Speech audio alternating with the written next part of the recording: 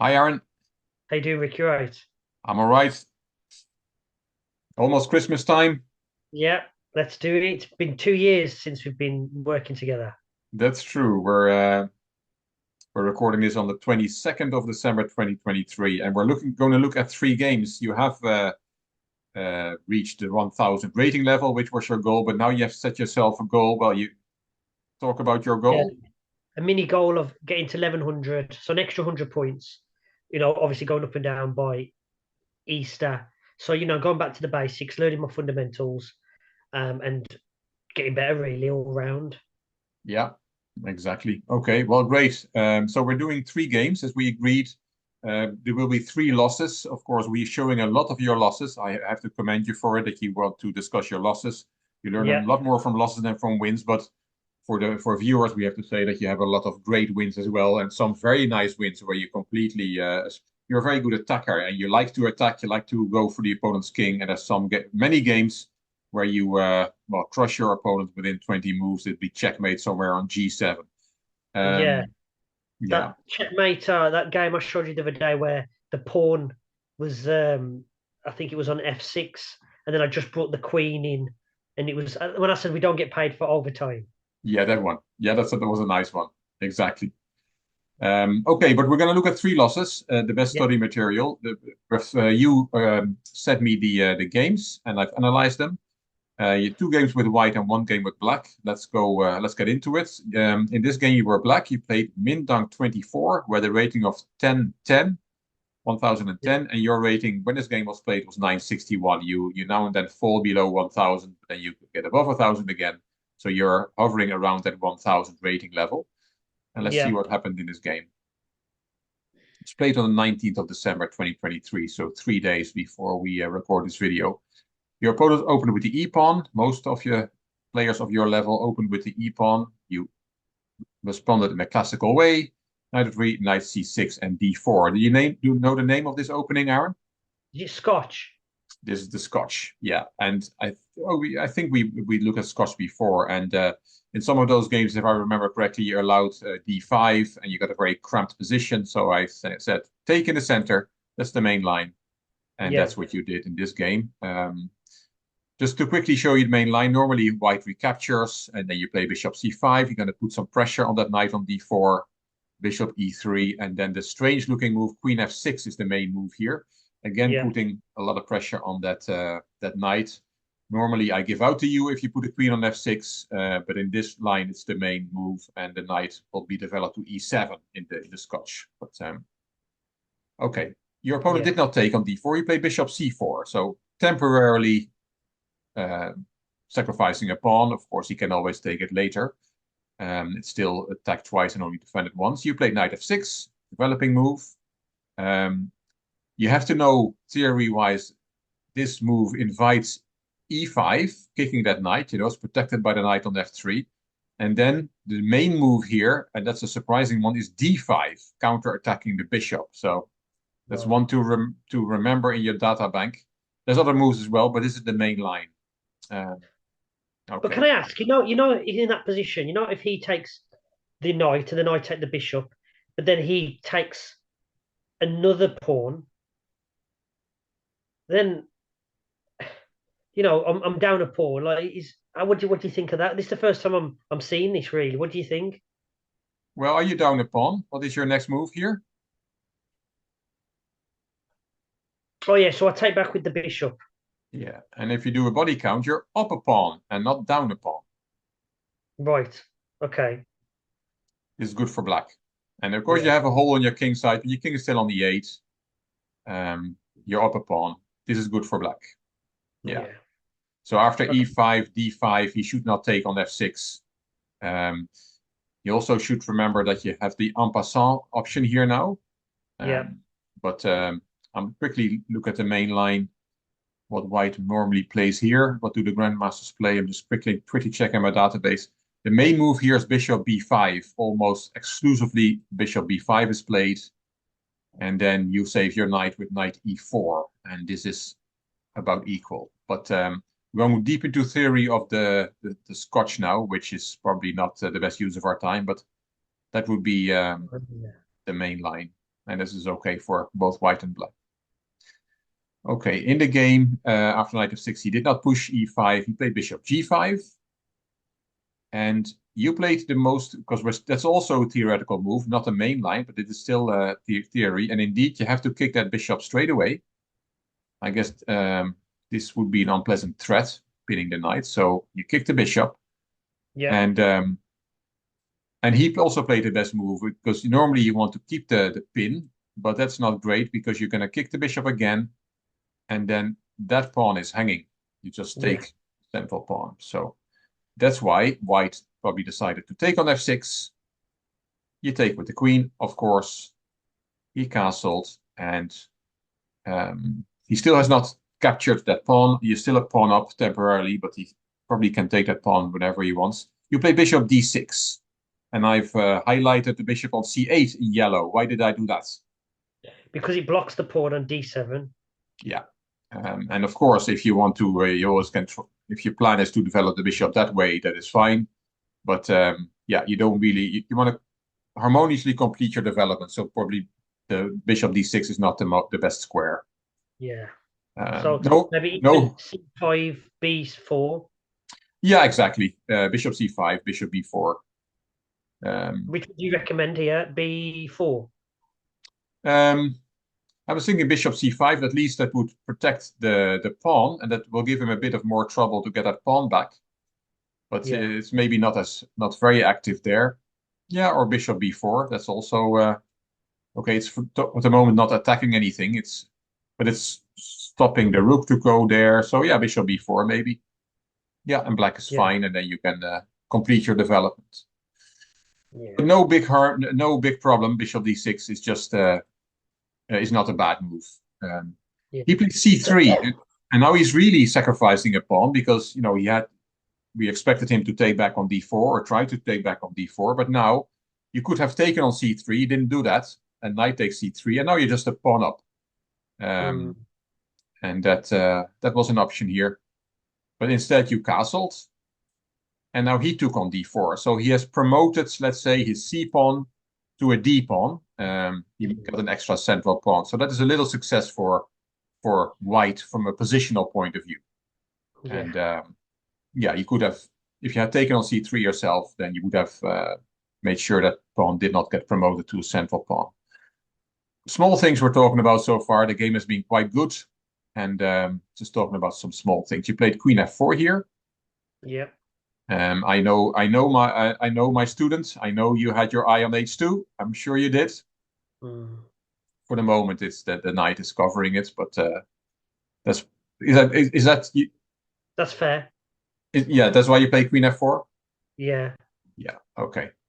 Yeah, and that's again, it's nothing wrong with it, but I still would like you to worry about that guy.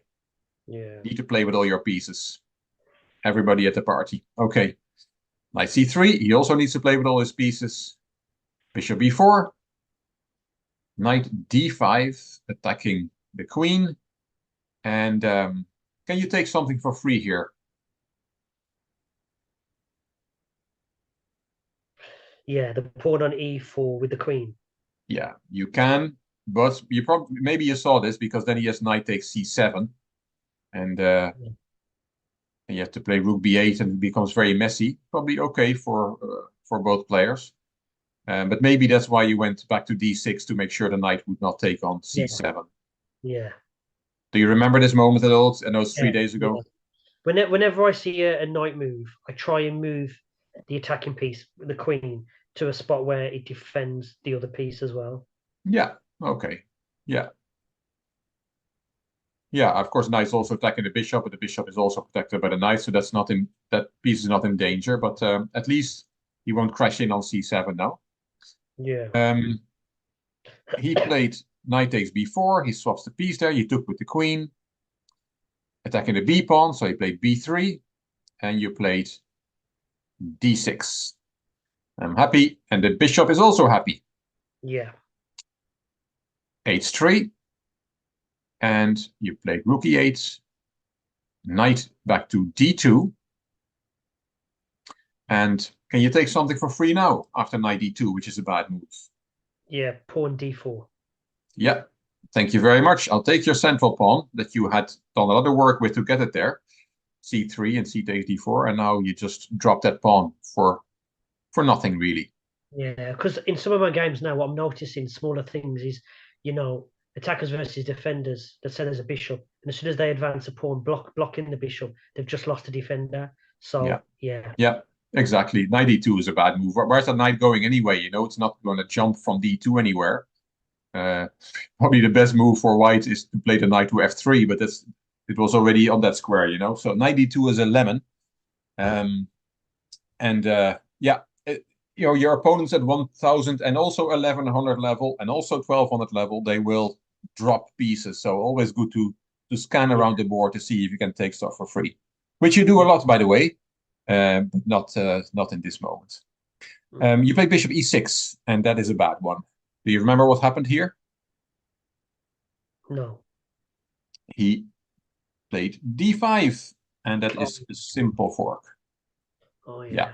So, of course, you finally complete your development, but so what's a better move instead of bishop e6 with that simple tactic? Knight takes d4. Oh yeah, sorry, of course, knight takes d4. Yeah, we knew that already. Yeah, I guess the second best move would be bishop d7. Completing your development, connecting your rooks, and not falling for that tactic. Yeah. Yeah. Okay. Do you know So what it is, Rick? To be honest, like in some of our videos, right, and like you said, it depends on the position. And I think sometimes I take the rules probably too hard and fast because, I've remember developing two E6 in the past, and we've said, oh, is it the better square? It's not really doing anything. Here, I thought it's attacking a piece, maybe trade off. I just thought D7 is it? Yes, it connects the rooks, but it is there much in there, and that's why I tried to be a bit too aggressive, not seeing well, the fork. you're 100% right. I can't agree with you more. Bishop e6 is a much more active move than bishop d7. You wanted that bishop on e6.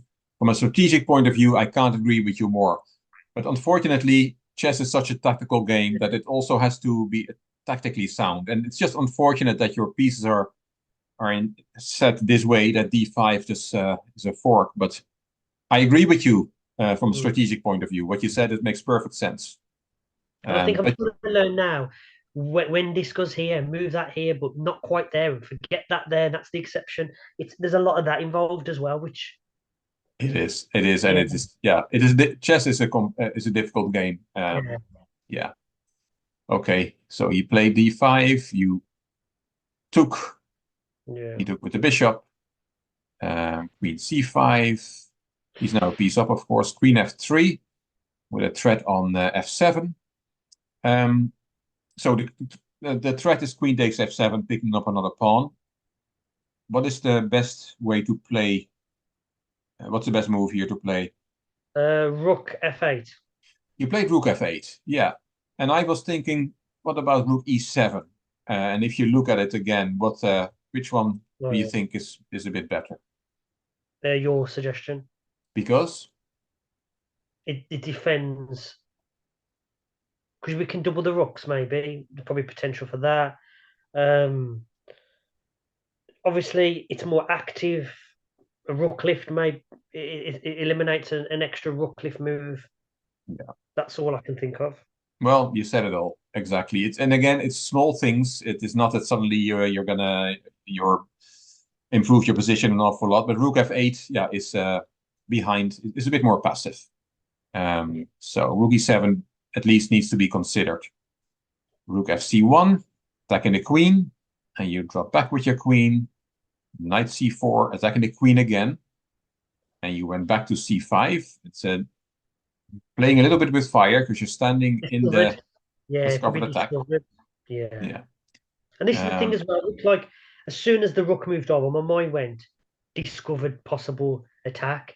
I Yeah. wouldn't have said that 6 months ago. So, Yeah. Yeah. I'm happy with that. Small wins for me. Yeah.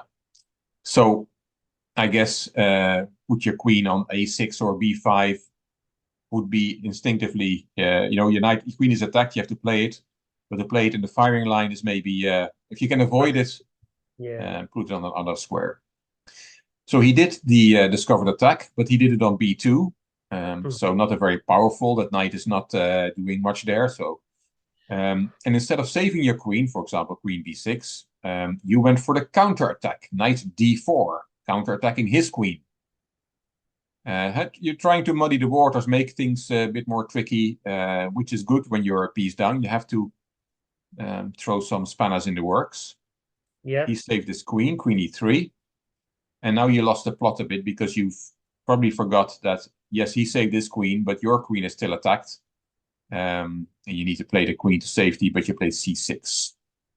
Mm. So the thing with me, Rick, and all the viewers, is I like to make things a bit harder for myself.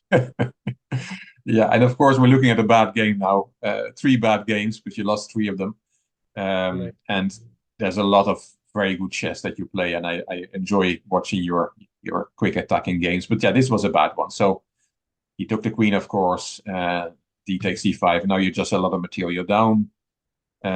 Still, you got some little back in this game somewhat. So we're not giving up on this game yet. Rook c1, knight b5, and here Say, he Rick, can. can we just go back 2 moves, please? Sure. So in one of my games, right, I know we talked about this game, but I just want to say, one of my games, I remember you said, oh, there was a fork somewhere. And I'm looking at C2 now with that fork, with the rook and queen. So when I'm playing these games now, like I saw that, some of that pattern recognition, because it's nice for me to tell you this, because it's not going to be playing all these games and not sort of telling you that what you're saying is happening. So when you said about pattern recognition, I can spot it a bit now. Yeah, well, that's great. That's wonderful. And indeed, knight c2 is a threat, and that's probably why he played rook c1 to cover, Yeah. develop his rook and also cover that threat. So because you were threatening to win the material back, that's true. Good point. Knight b5, and here he can snack on c5 if he wants, but he didn't do that. He played bishop c4, and you played knight d6. Now we took on c5. You took that loose pawn, attacking the queen, queen d4, and you activated your rook again. Bishop d3, threatening to take the knight, so knight f6. I don't have many comments on the next few moves. Knight c4, let's put them on the board. Rook d8. Yeah, mobilizing all your forces. The only problem is you don't have too many forces left.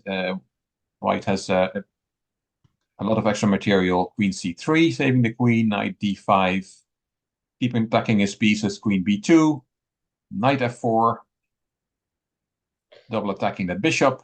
And here he made a mistake. I guess he should have played bishop f1 to make sure he keeps the e2 square protected because there's a fork coming. But instead he went to b1, and now you have your fork, winning some material back. Nice. Nice. I'll take it. Yeah, exactly. The problem is, of course, you're a lot of material down, so winning the exchange back is not going to change a lot. One thing that comes to mind here, Rick. I don't know if this is true, but straight away, like my rooks that are better activated, they're hitting a lot more squares. Like his rook's not really hitting anything. His knight is not, it's centralized. It can easily move. Like I'm still hitting a lot of squares in the center of the board. Yeah, no, your pieces are ideally placed. There's no doubt about that. The only problem is he has more pieces, so he can afford. Yeah, Yeah. As but best as I can be, I yeah, am. yeah. That's also what I see. But once you're material down, you start to play better because then you start to Yeah. look for Yeah. counterplay, and that's also a skill, And many times, as we know, you have won games from being material down. Not in Yeah. this case, but I've seen you do that. Let's Yeah. see what happens. You win the exchange back. And rook Can I d7. ask, was Yeah. it right to take the rook? Because I thought to myself, do I? Shall I? I wasn't sure really. I took it in the end, but I thought still swapping. Would you agree? Yeah, I see what you mean, of course, because your beautiful knight is off the board, and you win only an exchange, and then you only 2 rooks left. Of course, the more material that goes off the board, the more white's extra material will count. But but what else? What else can you do? There's no better Like, move you know really. what? Like, I was just thinking if my rooks were doubled here, right, and I hit him and he took and then I took again. Would that have been checkmate? Because he can't move really with the on the G1 with the knight covering. Oh, but then he can take, can't he? Yeah. Yeah, then the knight will be unprotected. Is that what you mean? If Little, you're talking yeah, about your rooks being doubled here, and then you play rook yeah, d1 check, yeah. yeah, take, and then the knight is unprotected. Well, listen, that was a little calculation there from me, which I wouldn't have been able to do Yeah. yesterday. I'm happy with that. Okay. Well, good, good. Yeah. No, there's really nothing better than taking the material and hoping you get some more counterplay. Rook Yeah, d7. You want to double your rooks. yeah, G4 and rook e d8 and king g2. Rook d1. And you're just annoying his pieces and attacking that guy. Yeah, you're trying to muddy the waters and make it difficult for him. And now he went for check, king f8, and yeah, here he just needs to save that knight that is attacked. You know, the knight is attacked and just needs to go to, for example, e5 or something, and everything is still fine. But he went for another check. He's doing a bit what you like to do. When there's a check, you give a check. But in this case, it's an example where it's not the best move. Because after king e7, his queen is now attacked, and his knight is attacked, and his bishop is attacked. You're attacking all yeah, his pieces suddenly. It's still okay because he's so much material up, but it's, you know, he made a bit of a mess. Suddenly all his pieces are attacked. And that happens because he gave one check too many, just automatic checks. And that's definitely also something that you need to work on. yeah. He took a pawn. At least he needs to save his biggest piece, the queen, of course. But now you took the bishop. Nice. Okay, nice. It's the steel material up, unfortunately. But his knight is still hanging. He has to take care of that. He played queen e5 check. Another check. And oh no, now he played queen c7. He's attacking your rook, so you don't have time to take the knight, unfortunately. So you protected your rook. Yeah. And he decided to go for the pawn, Hmm. forgetting that his knight is hanging. So suddenly you've taken a lot of material. You've taken a Yeah. king, Hey. taken the bishop. Yeah. Uh, Unfortunately, he's still, because he's more pawns, and queen c5 is a good move. Queen c5 check, because he's gonna win that pawn on c4 now.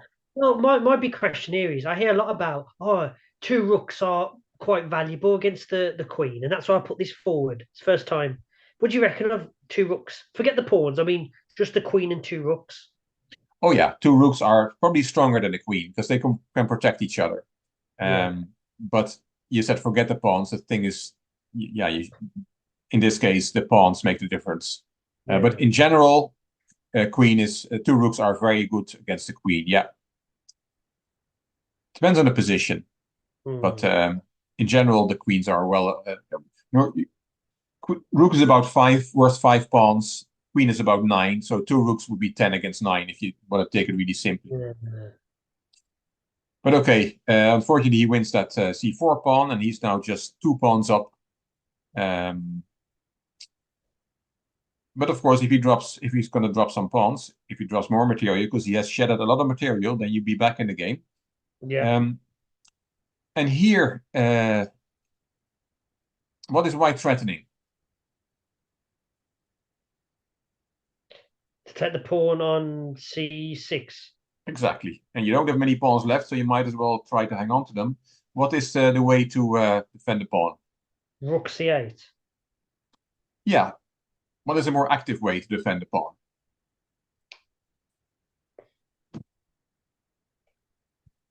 Rook c8 defends the pawn, but rook is a bit passive looking at his own pawn. Rook d6. Yes, which rook?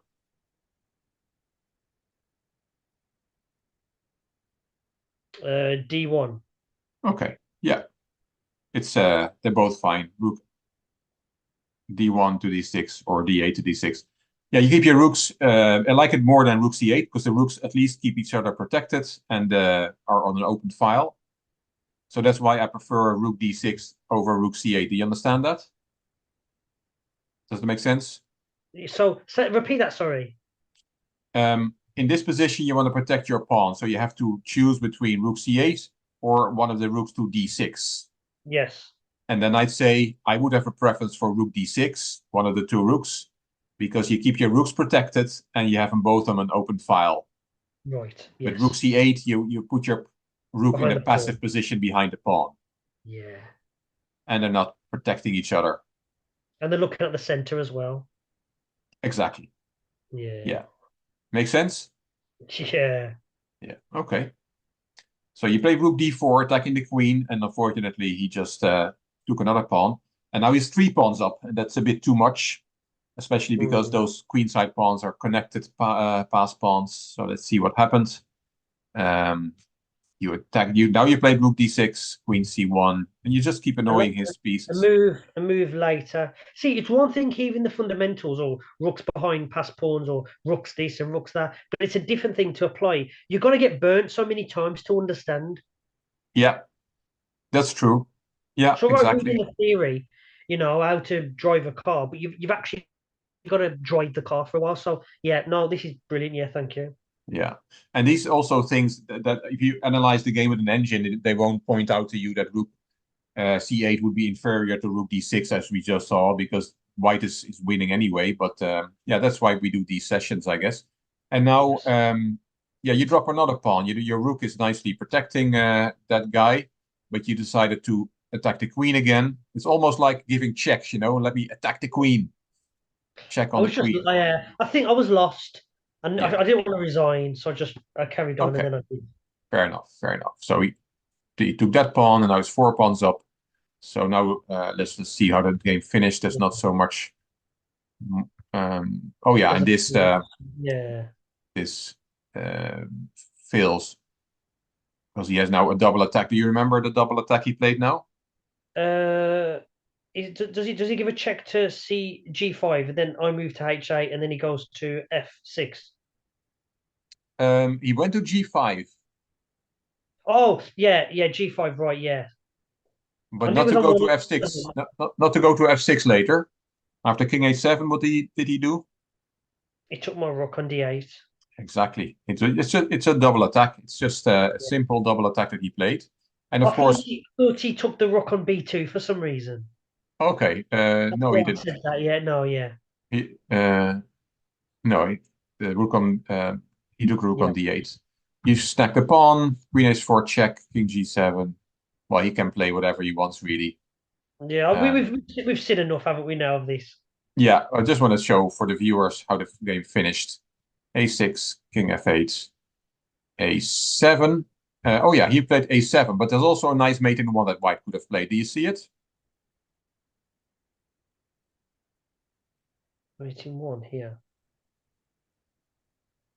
Um, Queen H8.